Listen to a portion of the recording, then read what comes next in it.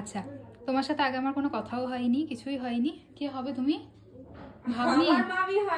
আচ্ছা আচ্ছা, ভাগ্নি হচ্ছে আমার সাথে যোগাযোগ করেছিল মামিকে সাজানোর জন্য। তো সেই কারণে এবার বলো কেমন কি চাও, কেমন কি লুক চাও? নিজের তো একটা মানে ব্যাপার আছে যে আমাকে দেখতে একটু এরকম লাগুক। মেকআপটা লাইট হবে, চোখটা মানে সিম্পলের মধ্যে থাকবে, আর হালকা মেকআপের মধ্যে যাতে সুন্দর লাগে সেটা। আচ্ছা, তাহলে পুরোটাই সফট আর স্যাটেলের উপর চাইছো। ওকে, হেয়ার স্টাইলের কোনো প্রেফারেন্স? শুধু ওপেন হেয়ার স্টাইল? আচ্ছা, এই একটা মাত্র জিনিসই আমি জানি প্রথম থেকে, যে ওপেন হেয়ার স্টাইল। ওকে, চলো দেখা যাক কেমন কি হয়।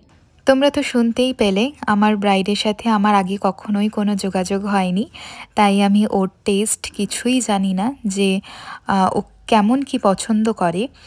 আর সেই কারণেই ওর থেকে জেনে নেওয়া, এবং এটা আমরা প্রত্যেকটা ব্রাইডের ক্ষেত্রেই করে থাকি যে কার কীরকম পছন্দ বা কে কীরকম লুকটা চায় সেটা আমরা সাজানোর আগেই জেনে নিই। অন্তত আমি এটা করি, তার কারণ আমি যদি কখনো কোনো কিছু মিস করে যাই সেই কারণে আমি প্রত্যেককে আগেই জিজ্ঞেস করে নিই, তারপরে কিন্তু লুকটা ক্রিয়েট করি।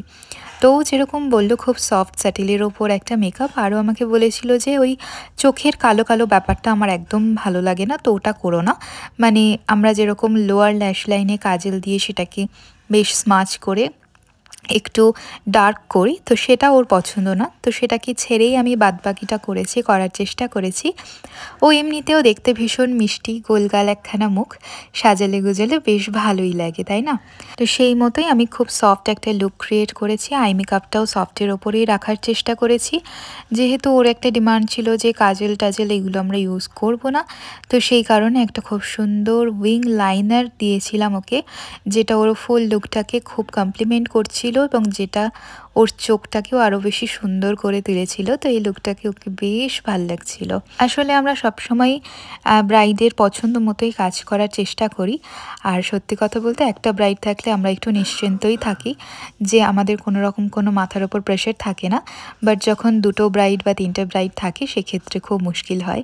আমি পার্সোনালি দুটো ব্রাইডের বেশি নিই না সব সময়, তো সেটা আমি মেনটেন করারও চেষ্টা করি, কারণ এত প্রেশার নিয়ে কাজ করাটা আমার পক্ষে পসিবল নয়। তো সেই কারণেই আর কি। ও আজকে লোকেশন কিন্তু ছিল শিমুরালি, আর শেষমেশ ও নিজের লুকটা দেখে ভীষণ খুশি হয়েছিল। নিজেই দেখো, ওর হাসি দেখে তোমরা নিজেরাই বুঝতে পারবে। আর শেষে তোমাদের সাথে আমি রিভিউটাও শেয়ার করব যে ও আলটিমেটলি কেমন কি রিভিউ দিয়েছে বা কতটা কি ওর ভালো লেগেছে। আর গয়নাগাটিগুলো পরানোর পরে ওকে খুব মিষ্টি লাগছিল। তবে সবশেষে একটা ব্লান্ডার হয়েছে জানো, এই যে সিঁদুর পরাতে গিয়ে ওর নাকের ওপরে সিঁদুরটা পড়ে যায়, এখানে দেখলে বুঝতে পারবে। আর তারপরে সেটাকে আবার ঠিক করা হলো, আর দেখো শেষে কিছু বুঝতেই পারবে না যে আলটিমেটলি এরকম একটা ব্লান্ডার আমি করে ফেলেছিলাম। তো শুনে নাও ওর কেমন লাগলো আজকে সাজটা। সেজে তোমার কেমন লাগলো? ব্যাস চালিয়ে দিল, একদম মনের মতো মেকআপ হয়েছে যাকে বলে, খুব ভালো লেগেছে। যতটুকু তোমার চাওয়া ছিল একটা সফট স্যাটেল মেকআপ হবে, বেশি সব সব সব তার থেকে বেশি বই কি কম নয়, খুব সুন্দর।